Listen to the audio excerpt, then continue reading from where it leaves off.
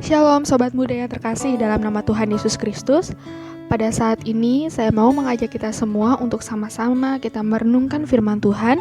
Kita belajar firman Tuhan dari 2 Timotius 2 ayat 2. Kita buka sama-sama 2 Timotius 2 ayat 2. Demikianlah firman Tuhan. Apa yang telah engkau dengar daripadaku di depan banyak saksi, percayakanlah itu kepada orang-orang yang dapat dipercayai, yang juga cakap mengajar orang lain. Sekali lagi, apa yang telah engkau dengar daripadaku di depan banyak saksi, percayakanlah itu kepada orang-orang yang dapat dipercayai, yang juga cakap mengajar orang lain. Nah, sobat muda yang terkasih, jika kita diberi kepercayaan oleh seseorang yang terhormat, atasan kita atau bos kita misalnya, bagaimana perasaan kita? Mungkin di antara kita ada yang menjawab, kita bangga, bersyukur, atau mungkin malah ada perasaan takut mengecewakan. Dan pastinya, sebagai orang yang bertanggung jawab, kita pasti berusaha semaksimal mungkin untuk menjaga kepercayaan itu. Sebaliknya, jika kita memberi kepercayaan kepada orang lain, kita juga berharap kalau orang itu bisa bertanggung jawab, bukan? Nah, sobat muda yang terkasih, kita harus sadar bahwa kita sebagai murid-murid Kristus ada sesuatu yang Allah percayakan kepada kita, dan kita harus mensyukurinya. Mengapa demikian? Yang pertama, kita harus bersyukur karena yang dipercayakan Allah kepada kita adalah harta terindah. Ya, perhatikan ayat yang telah kita baca tadi. Apa yang telah engkau dengar daripadaku? Saudara, yang dimaksud dengan istilah apa di sini adalah semua kebenaran firman Tuhan yang Paulus telah sampaikan kepada Timotius. Dalam 2 Timotius 1 ayat 14, kebenaran ini disebut harta yang indah. Dan harta itu juga telah diwariskan kepada kita. Dan yang kedua, kenapa kita harus bersyukur? Karena kita adalah orang yang dapat dipercaya.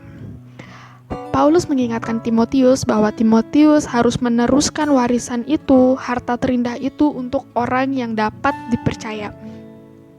Orang yang dapat dipercaya di sini menggunakan istilah pistos. Itu artinya tuh faithful.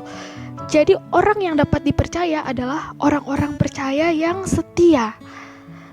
Paulus pun demikian. Dalam 1 Timotius 1 ayat 12, Paulus berkata, karena ia menganggap aku setia dan mempercayakan pelayanan ini kepadaku. Nah, pertanyaannya, apakah kita sudah merasa bahwa kita adalah murid yang setia? Murid yang setia adalah murid yang telah menerima warisan iman, harta yang indah ini, yang pastinya setia menjalankan kepercayaan yang telah Tuhan Yesus berikan, yaitu amanat agungnya. Dan kemudian yang ketiga, mengapa kita harus mensyukuri sesuatu yang Allah percayakan kepada kita? Karena kita ini sebenarnya dapat mengajarkannya kepada orang lain. Ya, kita dapat mengajarkannya itu kepada orang lain. Mungkin di antara kita berkata, saya tidak bisa mengajar. Tapi, apakah saudara pernah mencobanya? Untuk mengajarkan tentang kebenaran, kita tidak perlu menjadi seperti guru di sekolah atau pendeta di atas mimbar. Tuhan Yesus mengajar murid-muridnya tidak melulu di mimbar atau di tempat ibadah. Bisa saat makan bersama, saat mereka berjalan, dan lain sebagainya. Saudara-saudara, saat-saat pandemi seperti ini, kita harus bisa menjadikannya sebuah kesempatan yang baik. Kesempatan untuk sharing firman Tuhan. Kita bisa lihat pendeta-pendeta sarjana, magister, profesor, doktor, pendeta yang terkenal atau tidak, sama-sama melayani melalui online. Apakah hanya pendeta terkenal saja yang bisa melakukannya? Tidak, semua bisa melakukannya. Bahkan orang-orang yang tidak sekolah teologi pun bisa menyampaikan firman Tuhan secara online.